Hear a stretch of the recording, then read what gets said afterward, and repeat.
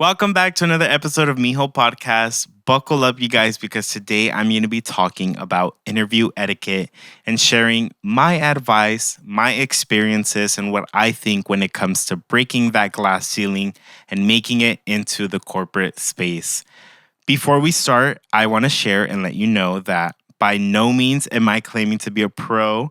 I am just getting started in my early career. But for those of you that do know me, I often do get questions about my experience with breaking into corporate world and, getting a job before graduating college and, all of those great things that we're going to talk about in this episode. So I just want to share that I'm going to be talking about my lived experience, what worked for me, the mindset that I have and how I've been able to navigate the corporate space with that. You do what you feel is best for you, what you feel comfortable with. But again, I'm not a pro, just sharing my lived experience. So don't, quote me on anything.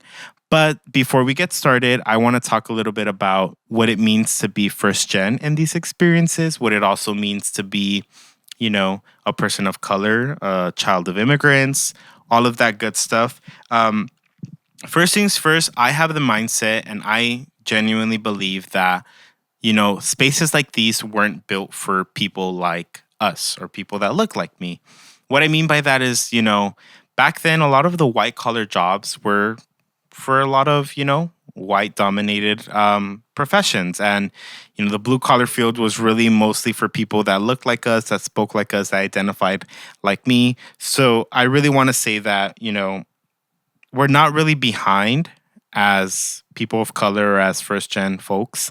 We are really just in a system that wasn't really designed for us. That doesn't mean that we don't belong in these places. We definitely do. And a lot of agencies have, built in a lot of great teams like diversity and equity, inclusion, DEI that we hear about. So it is definitely an ever changing world. But I want to talk a little bit about that first. So, first and foremost, we do have cultural barriers in the corporate space. And I think it's really important to acknowledge that, not only as employers, but as, employees as well.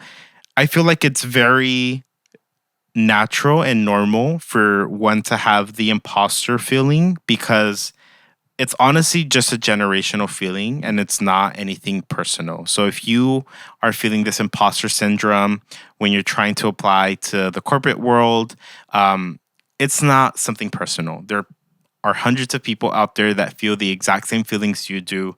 Don't take it personal. And I think a lot of the things, based on how the way that I look at it and the way that I see life, is at least for me, a lot of people of color and a lot of first gen folks are really raised to not brag about themselves, to be humble. And the funny thing about interviews is interviews are you bragging about yourself. You're pitching yourself to companies, you're essentially selling your services and what you can provide. And in order for you to stand out from other candidates, you have to brag about yourself. So I think that's one of the first disconnects that I really found and I was able to identify from the beginning of applying to jobs is coming from someone who likes to be humble and who really likes to say like, oh no, it was a team effort because, I really do believe that a lot of things happen because of teamwork. When you're in an interview, that changes. And I think that's one of the things that's difficult for us because we are so used to being humble. Our parents taught us to be humble. Our parents taught us to never brag or flaunt what we have and to be grateful for what we have. But that is definitely one of the things, one of the barriers that we have, one of our cultural barriers. And one of the quick things that I always tell people when I give advice, especially like younger folks in high school, when I've spoken at schools, I always tell people if you're having a hard time with bragging about yourself, reframe it as you're reporting your achievements. You're reporting the things that you're capable of doing and the things that you have done, the team work that you've brought to a team, the, accomplishments that have happened because of your piece of that teamwork. So if you're having a hard time bragging about yourself, reframe it and see it as reporting achievements that you've accomplished, whether that's under a certain agency or under a certain role. Really think about those achievements and provide a report, kind of like saying, this is what I did that made this machine, keep going and combined with everyone else's expertise.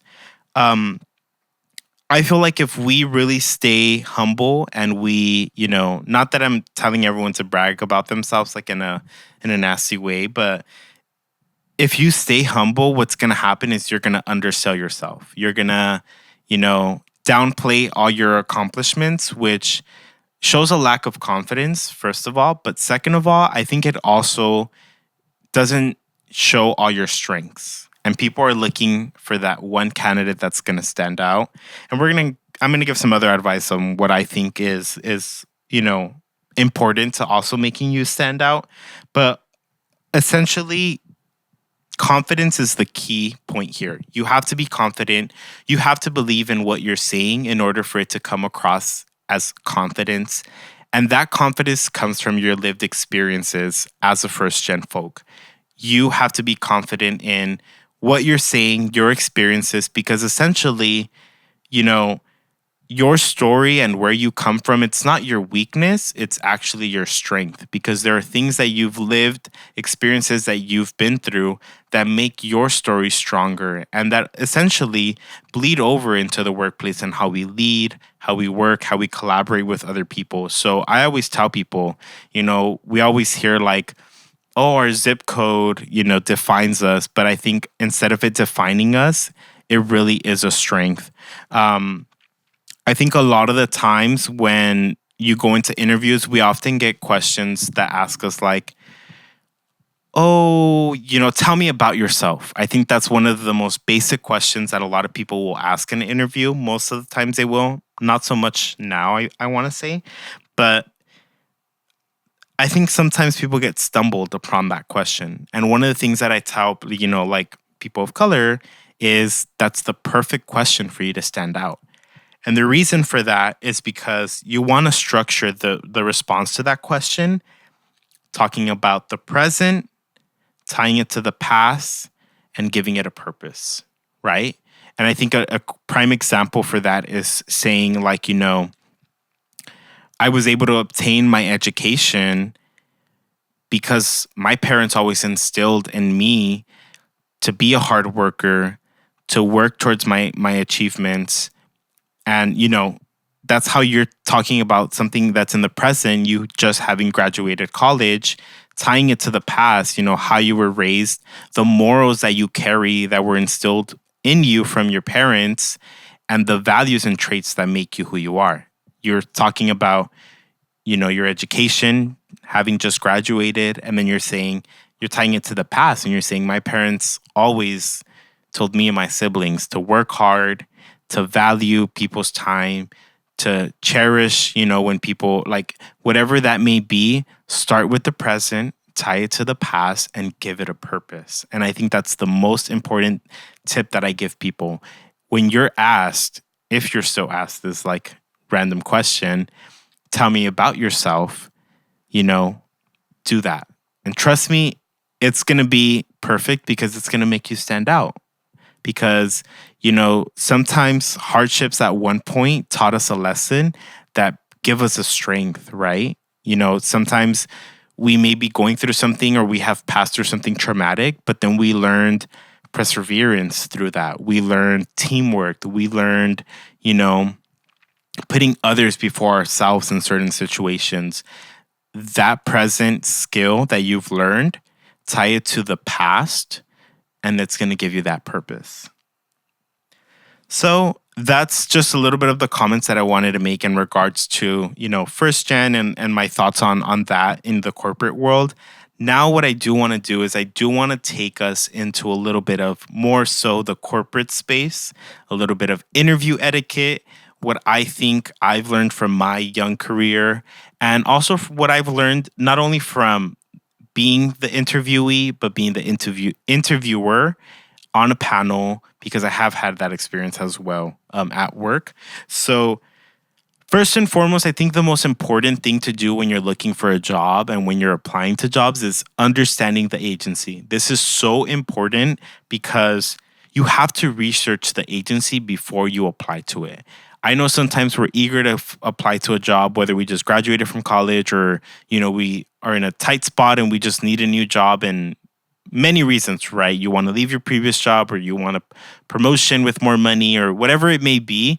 We're very eager to apply to jobs. And honestly, the job market can be very scary, and it can be very, very, very hard to get into. Um, but trust me, research the agency that you're applying for and make sure that their values, morals, and mission align with who you are and how you lead and who you identify with as a person, if that matters to you. The reason why I say that is because I know there's a lot of passionate people out there, and there's nothing wrong with being passionate. I too once, felt that way. But a lot of us really have to be very connected to the work that we do. And that's okay. It is okay to do that. But in order for you to do that, you have to set yourself up for success and make sure that you're applying to agencies that you align for, or that you align with, excuse me, um, if that matters to you. So if you feel like you're a person that's very connected to the work, maybe you feel like you are connected to, you know, what the impact of the agency. If you feel like you want to work for an agency that has a positive impact on a certain community or on a certain industry, you want to research that before you even apply. Because the worst thing that can happen is you end up getting the job and then you're miserable because you're working for an agency that goes against your morals, your beliefs, or that affects special groups that you value. So if you're a person that really has to be tied to that, research that before, because you don't want to end up in square one once you get that job.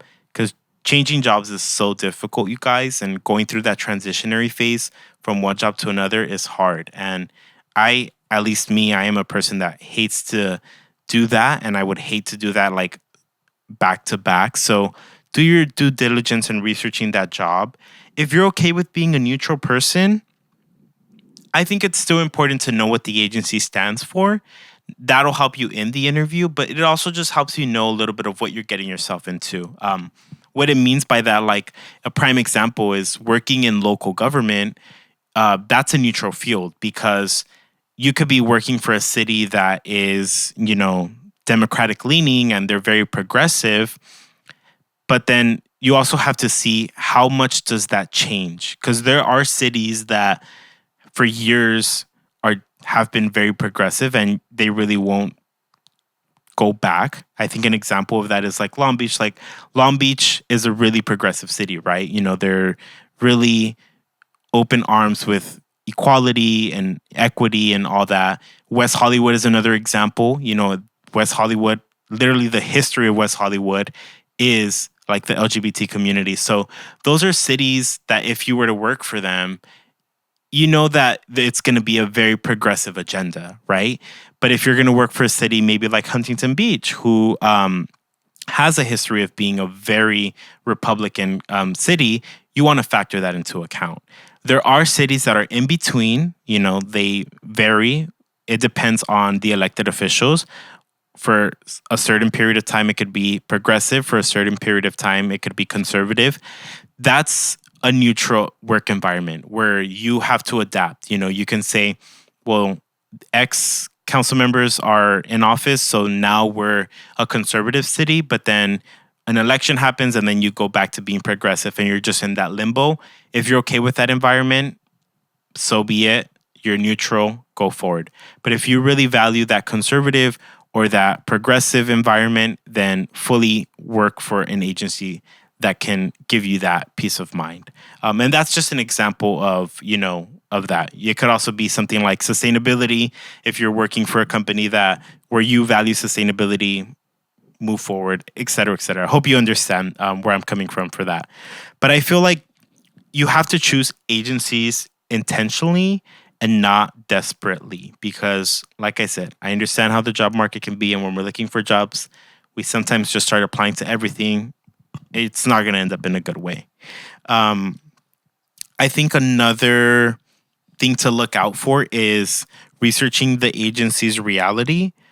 Trying to see what's going on internally and externally is important.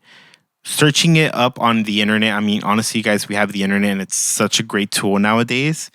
But It's a little tricky depending on the agency you're working for. If you're working for like a big agency like Netflix, for example, Netflix word this morning was that Netflix acquired Warner Brothers Studios. So knowing that background and the politics that take into play is really important, because if you search up the agency and you see that they're in hot water, maybe you want to take that into account, because you're saying, okay, I searched them up on Google and they have like 10 news articles from like the past 3 months of them being like scandal behind scandal behind scandal. Depending on what you're doing at the agency, it might impact you or not. I mean, if you're working in the communications aspect, then do you want to work for a company that's constantly in a scandal?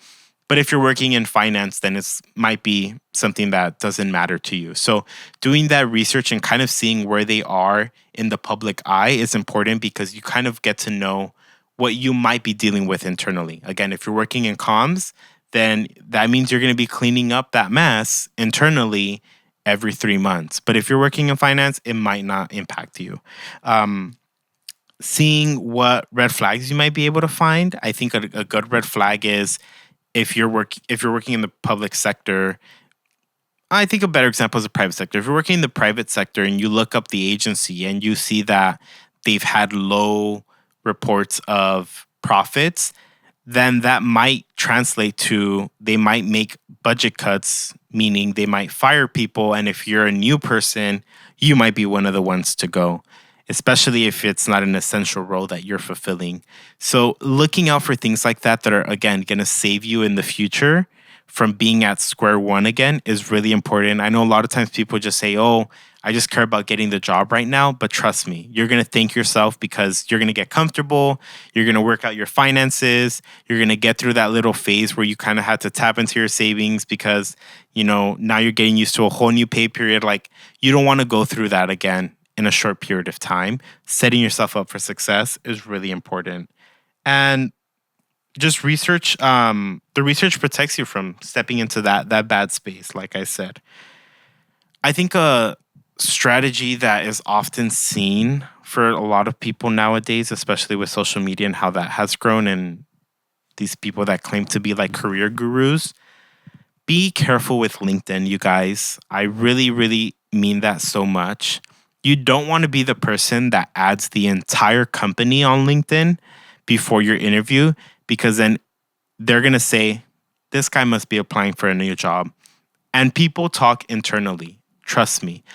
It's happened at my work. It's happened at other coworkers, departments even, where I'll say, hey, a coworker will come to me and say, oh yeah, we just flew this position for like X, X position, right?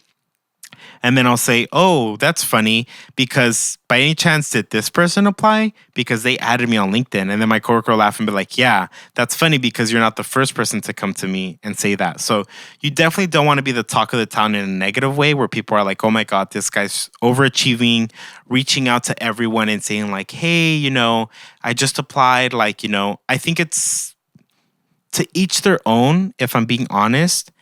Personally, I'm not a big fan of that. I'm not a big fan of like applying to a job and saying like, hey, I just applied to this job. It really depends on, I feel like it's a risky line that you're playing with, and it really depends on your interviewer and their morals and what they deem to see is appropriate. But to me, it just feels like spam. And I mean, I have been a user of LinkedIn, and I know how much I hate to get spam messages. So to me, it's like, I don't want to come across as like annoying and being like, hey, I just applied to this position. Like, thank you so much for the opportunity. I hope that you get me a chance, or I hope to see you in an interview. Like, to me personally, I feel like that's bogus and you're trying too hard. Some people that might be into LinkedIn and might be into networking might say, oh, this person stands out. They're going out. Again, it really just depends on who your interviewer is, the panel, whoever it is that you're reaching out to. It depends on their personal likes. I like to play it safe and I just don't reach out, because honestly, there's no advantage that that's going to get you. It might just personally mean something to someone, but at least like in the public sector where you have very set and structured interviews, it's not going to give you any any brownie points. So it's just going to make you stand out as like an annoying person, in my opinion. If you are going to connect with people, don't get me wrong, LinkedIn's all about connecting. Be intentional. If you are looking to change industries and go into, food service, maybe start adding people that you see come up or start researching and seeing who the top players are. Definitely you want to be intentional. Don't be excessive because, again, you don't want to be the talk of the town internally and you don't want to come across as that annoying person that's applying for a job because people will talk. And a lot of the times people just start adding everyone. And it's like, dude, you're adding me and I'm 4 departments away from that position. I'm not going to get you anywhere. So be very careful with LinkedIn. I always tell people have a strategy, try to strategize if LinkedIn is, your jam. Personally, to me, I see it more as a networking and trying to build connections with people from other agencies that can help you, and really just following people that might give you career advice. But to me, I'm not a fan of those who reach out and who try to get an advantage because in my eyes, I don't take it into account personally. Resumes are so important because this is essentially what's going to get you that interview. I strongly believe in having to adjust your resume for every position. I 110% believe in this. A lot of people just believe in creating one resume and using that to apply to everything.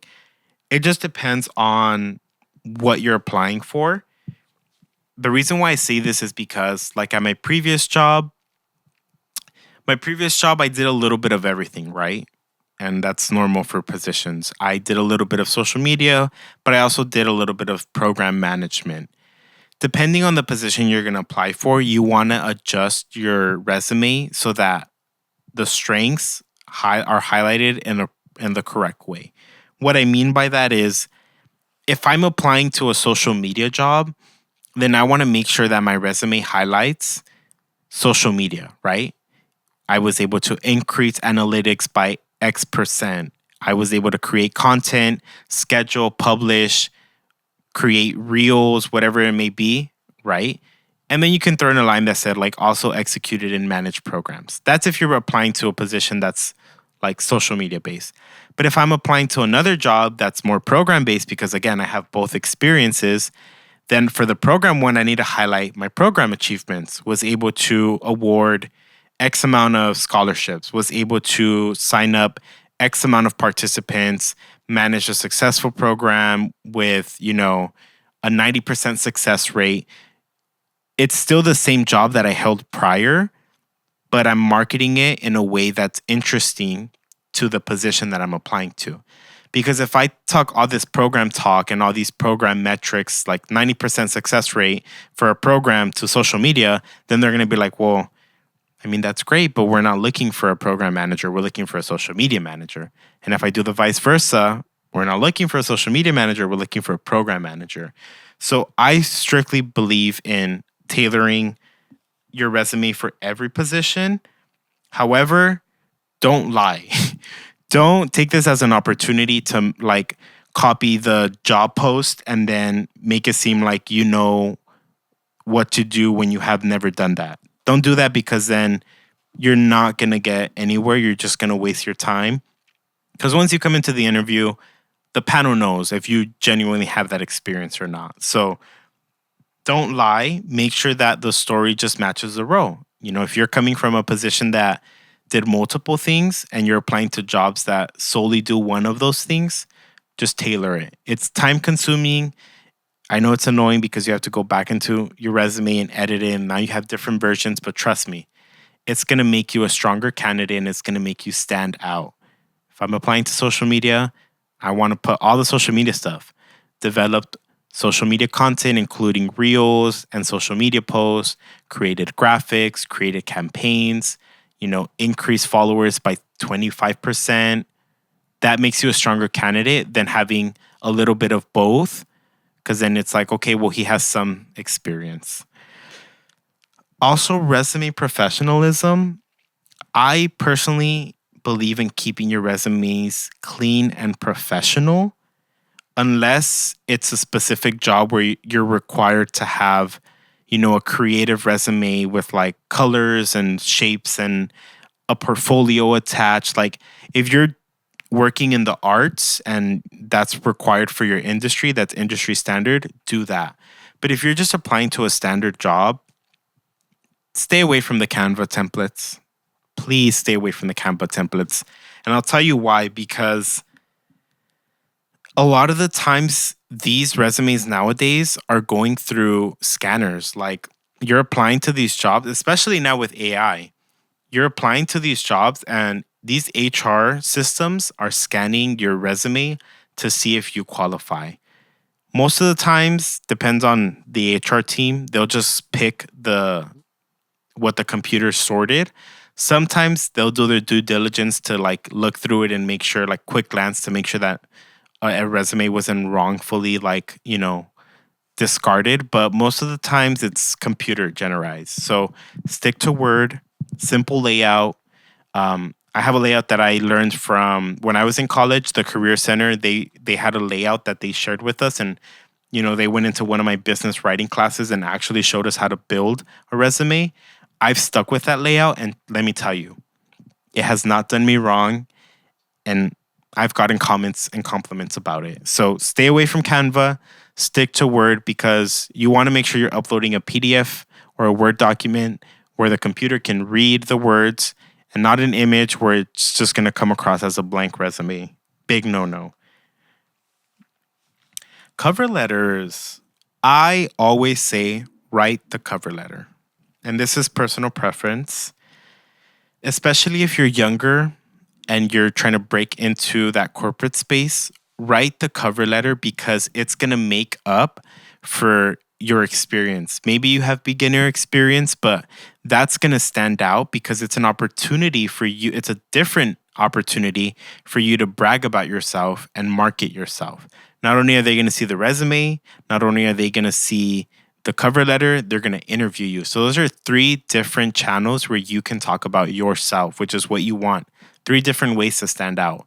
So write the cover letter. Again, I know it's nuanced. I know it's annoying because what we're trying to do is just quickly apply to jobs. But trust me, quality is better than quantity. And if you put more energy into a position, I truly believe that you're going to get that in return. So writing it, we have AI, guys. Use ChatGPT, revise it. Don't just copy and paste ChatGPT either, but use it to your advantage. There's so many tools that can help you with writing cover letters, resumes. Use it to your advantage. Don't lie, is what I tell people. Don't directly copy ChatGPT onto a Word doc and upload that. Use it to navigate your writing. Make sure that it's sounds natural. Don't go speaking old English either. But there's so many tools for you not to include a cover letter. Trust me, you're going to stand out because there's a lot of people that don't include cover letters. And I just saw this for myself. So be that person that stands out. And this is actually a way where you can get brownie points as opposed to the LinkedIn method I mentioned earlier. Another big thing is references and letters of recommendation. Always ask your references before listing them. Let them know that you're applying for a new job and why you chose them. If you're applying for a new job, I remember when I was applying for one of my corporate jobs, I reached out to the CEO of the the CEO of the nonprofit that I used to work for. And I told them, hey, I'm applying to this job. I really would like for you to be a letter of recommendation because I value your insight, your mentorship, and I'm also applying to another nonprofit. So I really think your position would highlight the level and quality of work that I'm able to bring to the table. So, let them know why. I think it's important because they're more inclined to say yes because it has a meaning behind it. And giving them a heads up is just so important because the last thing you want is for someone to be caught off guard because they can miss your application, or they can also just, BS it because they didn't have a heads up. You want people to know, and you want them to know before they get any call or any automated email letting them know one of the tools that I like to use whenever I ask someone for a letter of rec or just like a reference, I provide a little document that just has bullet points on quick facts about me. So it'll say, of course, my name, and then it'll say Cal State Fullerton with a bachelor's in public administration, and then it'll just say a little bit of my work experience, social media, or like whatever it may be, because that's going to make it easier for the person to write your letter of recommendation, but it's also going to make it easier for them to talk about you if they call to ask for a reference, because they'll look at that document, they'll read it, and then it'll also remind them of things that they might not remember in that moment. So if they see that, they'll be like, oh yeah, I remember when he designed those graphics for us. Boom. Let's be real, you guys. People are busy. Life happens. It's a day to day. Of course, when you build proper connections, you're going to have someone that values you and that's willing to go out of their way to do that for you. But people have kids, people have other commitments, people have, the gym, whatever it may be. You want to make it easy as possible, because at the end of the day, you need you need something from them, and you are the one that needs to make it as easy as possible. It's going to take you more steps, but it's going to make it easier on their part. And you know what? It's going to make them say, anytime you need a letter of rec, let me know, because they already know how easy you're going to make it. I do all these extra steps, and let me tell you guys, every time I need a letter of rec, people are eager to give it to me because I make it easy for them. All I really need is them to put my bullet points into their own words, or for them to just answer the phone and pull up my doc and just say, yeah, pass, pass, pass. Make it easy for them. Trust me. And also, make sure that you're including skills and examples that are relevant to the job. Like I said, make sure that you're highlighting the things that are relevant to that posting, because it just makes it a more accurate, letter or reference. But then also give them a deadline. Whenever I've needed a letter of rec, I always like to get it like 3 days or maybe 4 days before it's due. So then I can say, hey, thank you for saying yes. Here's a quick document that's going to help you write that letter. And if you don't mind, can I please get it by this date? When you're clear, you're laying it all on the table. You're saying, this is the content you need to write. This is the date I need it by. Thank you. Trust me, you guys, it's going to work. And people are going to be in love with how easy you made it for them. Bear with me, we're almost there. Up next, we have prepping for the interview. One of the things that I always like to do when I'm prepping for an interview, because you definitely do want to prep, make it look like you're organized and like you have your shit together. Look up on the internet, questions that could be asked for said position. So if you're going to be an accountant, you can just say like, interview questions for accountant in the public sector. And then those are not going to be the exact questions you're going to be asked, but it helps prepare you for questions that could be similar. And it just really gives you knowledge so that when you're asked a question, you may not be asked the exact question, but your response will be like, oh, this ties into that other question that I previously read, and this was a response that I thought about. So I'm going to say that. It just makes you come off as prepared. I am a person that believes in you can never prepare enough. So ask Google that question. There's always going to be, Glassdoor and all these websites are going to come up with recommendations. ChatGPT is also a good one. I'd be careful with ChatGPT, but definitely I would say use the online resources and use your network. A lot of the times you could reach out to professors from college, alumni, mentors from other agencies, or just friends that you may have in the industry. I remember when I was applying to one of my corporate jobs, at the time I was taking an HR class, and the professor was working in HR for the County of Orange. So I reached out to her and I said, hey, I'm about to apply to this job. Can I do a mock interview with you? She said, yes. Send me the bulletin. Send me your resume. Let's do it. So then what did I do? Hopped on a Zoom with her. I hopped on a Zoom. She already had the job description and my resume, and she said, "Okay, first, before we get started, these are my comments on your resume, my recommendations. Fix this if you want or if you don't want to. That's my recommendations." Oh, excuse me. And then she also told me, "I'm going to give you a mock interview." And she asked me questions related to that position. And let me tell you guys, when I went to the interview, I honestly thought about her because I was like, Jesus Christ, she helped me so much. And even when I got the job, I sent her a nice little letter and I told her, like, part of me got this job because of you. And I'm so grateful for that.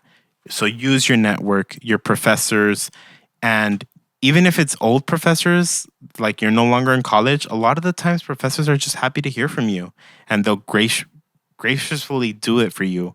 Reach out to the career center on campus. They also do mock interviews and have tons of resources. So if you're a college student, you're sleeping on so many resources that your college campus offers. But you can also just reach out to an uncle that you know works in corporate. You know, they might not be able to relate to the industry field, but they know what a corporate interview looks like and they can help you with that. So definitely over prepare, do mock interviews, ask yourself questions in the mirror and look at yourself, your demeanor. Are you looking down a lot? Are you like, definitely do that. Now, interview etiquette. This is where it gets real, you guys. The actual interview. So let's say you booked an interview. My favorite saying, and it's something that a mentor told me years ago when I was in high school: show up early. If you're early, you're on time. And if you're on time, you're late. You always want to show up early for an interview because that shows them that you are responsible and you'll show up early to work. Showing up late to an interview is already bad. It's bad. I understand sometimes things happen, If you're running late, as soon as you know you're going to run late, call and let them know, "Hey, I'm running late. Is there a possibility for me to reschedule or do I have a grace period?" I know a lot of times they'll say, "Hey, he's running late." And if you call, then that just goes to show that you're responsible enough to call. So it won't affect you that much. And a lot of times they might even say, like, "Hey, okay, you're running late. We actually have a slot in 40 minutes. Do you just want to move to that slot?" And that helps you. So trust me, if you're running late, call. Don't just show up late, but always make it a point to show up on time. I'm the type of person that shows up an hour early. I chill in my car. I look at my resume. I look at my questions and just study, study, study. And then like 20 minutes before I walk to the interview, because you also want to leave time for parking. You want to leave time for finding the interview room, whether you have to go up to a certain floor, meet with a certain person. Do you have to go through security clearance? Like, I overplan so much, you guys. So I show up an hour before and I literally like make it a point to head over 30 minutes so that I can try and be seated waiting for the interview 20 to 25 minutes before. Dress classic and professional. Social media has ruined a lot of people. There's a lot of influencers telling you guys how to dress for interviews, and let me tell you, it's not working. There's nothing wrong with dressing traditional and professional. I understand we try to find ways to show our personality. That's fine. A hair clip or, a certain accessory, like that's a way to really show our personality. But showing up in jeans and Converse to an interview is not appropriate. I understand that we see these videos that are like, "Oh, I'm going to show you like non-traditional ways to dress up." A lot of the times, these influencers aren't even applying for jobs. They're influencers. That is their job. They're playing dress up. They're not going to interview. So they don't know the results of dressing up like that.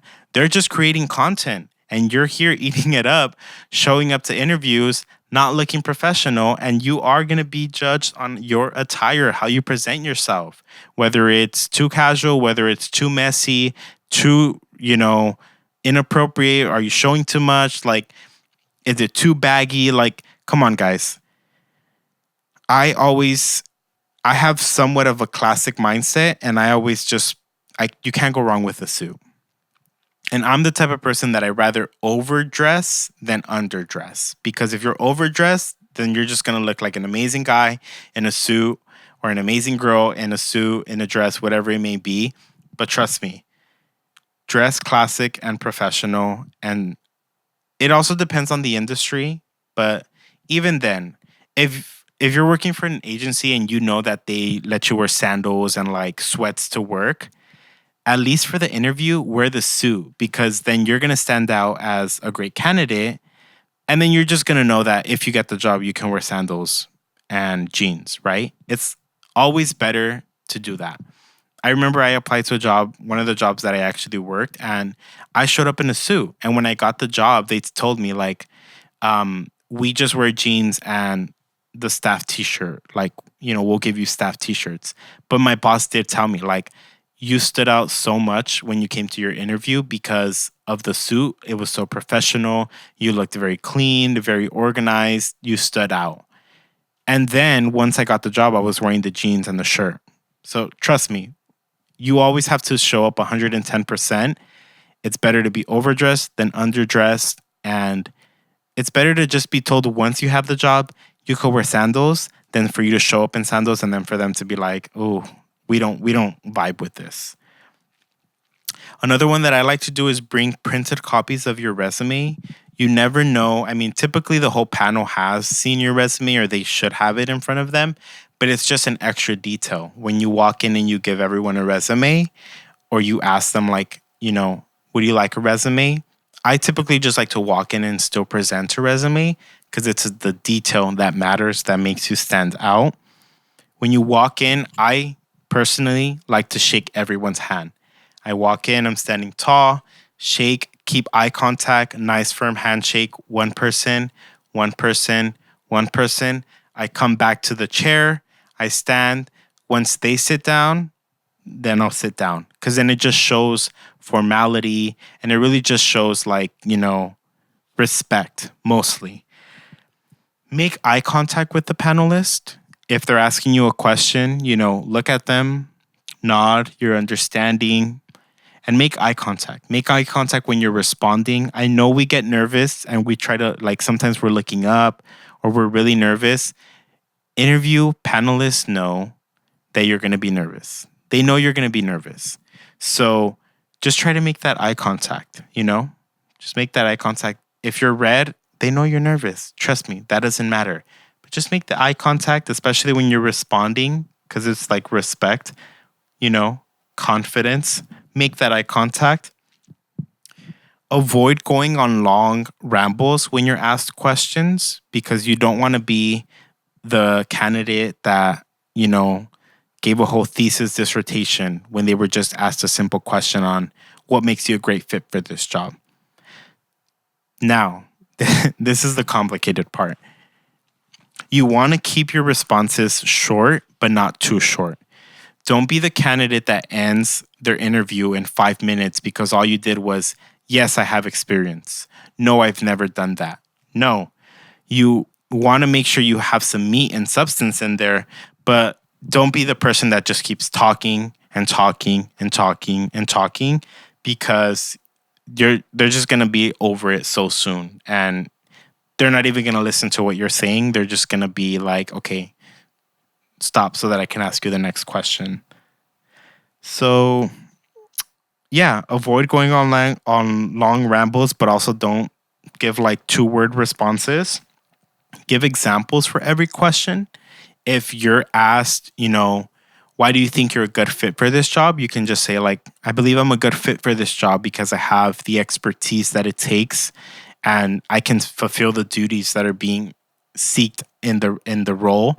You can say an example of this is, I have a certification in Adobe Suite. I know how to use every Adobe product, and I saw that is one of the, requirements or one of the qualifications that are seeked. Like, give an example. Don't just respond, give an example. Or if they ask you, do you have experience with, posting on social media. You can say, yes, I have experience posting on social media. The current agency that I work for uses a software called X, name that does this, and that. Boom. So you don't want to just say yes or no. You want to say yes, give an example, because you're giving them a visual of your expertise, your experience, but a visual of one, what you can do at the agency, and just another way of standing out. This next one, it's going to sound a little crazy coming from me, but take pauses. I know a lot of the times we're nervous and we talk too fast. Slow down, breathe. I think it's more confident for you to have a slower pace in talking than for you to be talking so fast where you know you just can't understand what you're saying.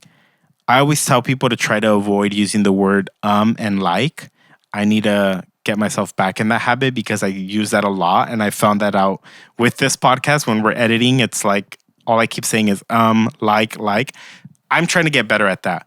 One of the tricks that I picked up when I was public speaking a lot, because it's been a while since I've done a lot of public speaking engagements. But one of the things that I learned from a class that I took was bite your tongue a little bit instead of saying so that instead of you going you can just bite like the tip of your tongue, because then it prevents you from talking and it prevents you from saying and that pause is better than saying because it's like, okay, he's thinking, and then it lets you collect your words, your thoughts, and it lets you respond. And if you need more time, feel free to say, I'm sorry, can you repeat the question one more time? And then that also gives you an opportunity to listen to it again, gather your thoughts, sit there, nod, bite your tongue. Yeah, I do know how to do that. Can I explain? Whatever that may be. And biggest advice is take your time. A lot of the times interviews are like 25, 30 minutes long, and they'll let you know at the beginning. And most of the times from the panels I've been on, some candidates just end up finishing up so fast. Some candidates finish in like 5 minutes. And I'm like, dude, you still have a whole 25 minutes left. Like, provide examples, take your time. Don't be so quick to finish it. It's the big moment. Enjoy it. What's else? What else? We're almost there, you guys. I have a lot to say about this topic. Very passionate about it. One of the things that I tell people is don't just say no if you don't have the answer to a question, because that's very negative. Don't say no. If someone says, do you have experience using this software? Respond and say, I don't have experience with that software, but I do have experience with this software that is similar and does the exact same thing. Or you can just say, I don't mind, learning. I don't mind, but saying, I don't have experience with that software. I have used this software in the past in my previous role, and it does accomplish the same things. I will have no problem learning the new software if I'm given that opportunity. Or I do not have experience with that software, but I am eager to learn. And if you guys have the trust in me, I would not mind learning that software. Letting them know that you're a problem solver and that you're eager and that you're willing to put in the work to get things done is important. Or just related to things that you similarly have done. I think one of the questions that you can easily do is if you're asked, for example, do you have experience managing a social media platform for an agency? If you don't, you can say, in this case, you can say, I have never managed a social media platform individually, but I have created content towards a social media platform. And, I've created content that has been posted on that platform, and I've worked with previous coworkers to manage that platform and to get things out. So you're not saying no, but you're not saying yes. You're saying, I've never managed it on my own, but I was a part of a team that produced content for that. And I do know how to manage it. I would just need the opportunity to step into that role. So never say no. Just either connected to something that's similar or connected to something that is basically you have the experience, but you just haven't been given the opportunity. So saying, have you ever represented an agency in the communications field? You could say I've never have, but I've produced content for my boss at my previous job who was that person. And I do know exactly what those steps are and what the duties consist of. I'm looking for a position that will allow me to step into that space, because then it's better than just saying no. Just be honest. Um, be honest. Don't be empty, and just don't lie about your skills, because you also don't want to get a job on built on lies and then you're let go during the probationary period because you can't fulfill the duty. So just be eager and show them that you're eager to learn, eager to have the opportunity, and try to explain any transferable skills. You may not have that expertise, but it's similar to this process, so you can figure it out. And always ask questions at the end. I think it's important when you're asked, do you have any questions for us? Ask at least one question. Lets them know that you're engaged. I think a common question is, oh, what are the next steps? Or when will I hear from of the next steps? And typically they'll tell you like, oh, HR will reach out in like X amount of time, whatever. But feel free to ask like, what are the next steps? What does growth in this position look like? Are there promotional opportunities? That's important because then it also lets you know, are you able to grow in this agency, or is that it? And then in a few years, you're going to be looking for a different job at a different agency. I think it's important. Most jobs that are especially big companies, they look for retention. They look for people that they can hire that are willing to grow within the agency. And I know I said that at one of my interviews. I said, I'm looking for an agency that has the capability for me to promote and for me to grow professionally with the agency. And I think it's important. And that's your personal preference. If you're someone that likes working at smaller agencies, it has its perks, but then again, it's going to be harder and it's going to take time for you to get that promotion, that raise. It's pros and cons, your personal preference, but trust me, ask questions. Don't ask questions that are risky. Don't go asking like, oh, is the environment toxic, or asking questions that are like seem to be like an attack, because you might be asking them again. You don't want to end up in that space. No one wants to be in a toxic work environment.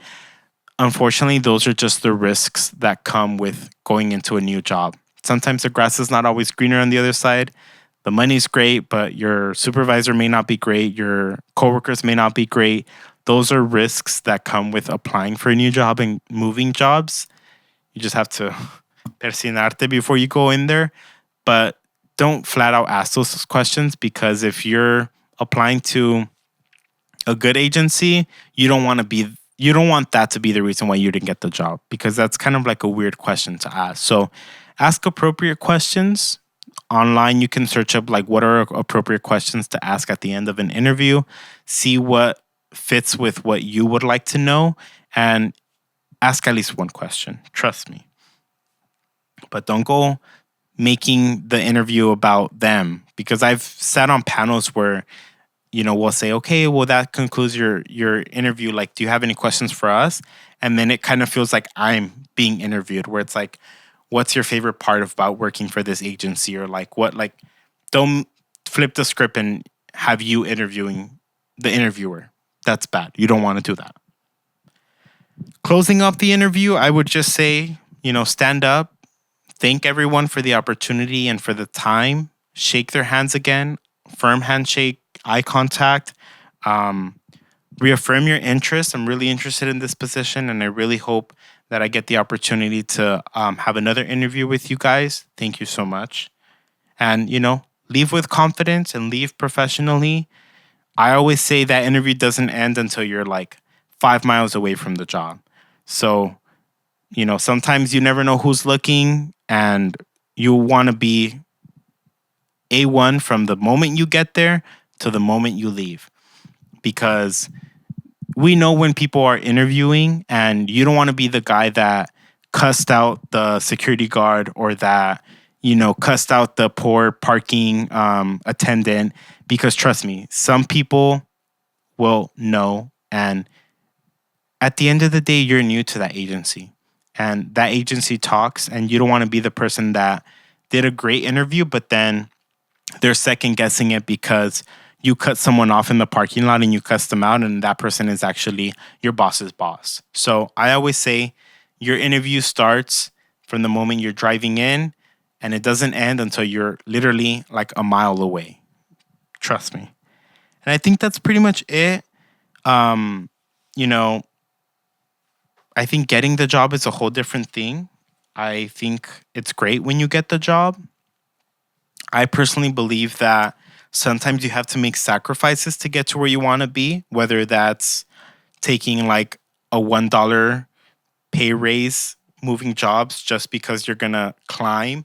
Like, it really has its pros and cons. And my biggest thing is you always want to be strategic about where you're moving and where you're going and what that means for your career. If you have to work at a job and you have to, I don't know, be on the front lines, especially if you're starting your career, like there's jobs that I took where I'm like, okay, I'm going to be on the ground, out in the field, recording content, going to all these, locations like crazy, editing videos. Like I had to do that work before I was able to get to the point of being in the office and being behind a desk and being in that environment. Don't get me wrong, I still do that and I will forever be a person that's willing to go out into the ground, and I still do it till this day.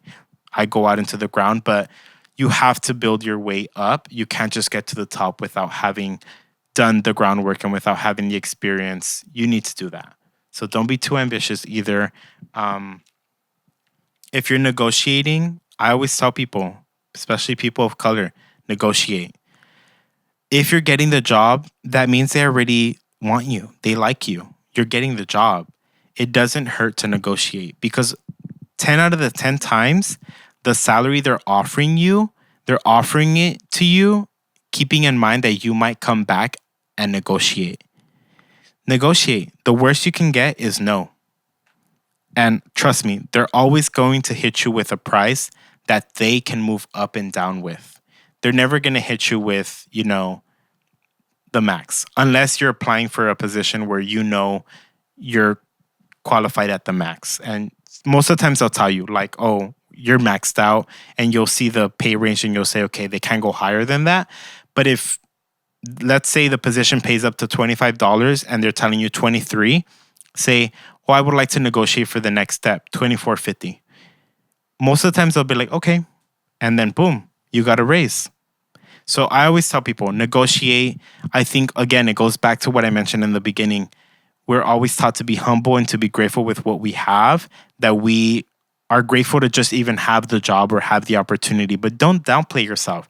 Don't downplay your experiences, your qualifications, whether that's like certificates that you have, your degree, awards that you've won. Don't downplay any of it. It all values who you are as an employee and as a person. And that's the reason why that company wants you, because of your lived experiences. So definitely don't give the first number either. Be competitive. Say, I'm looking for a competitive salary based on the responsibilities.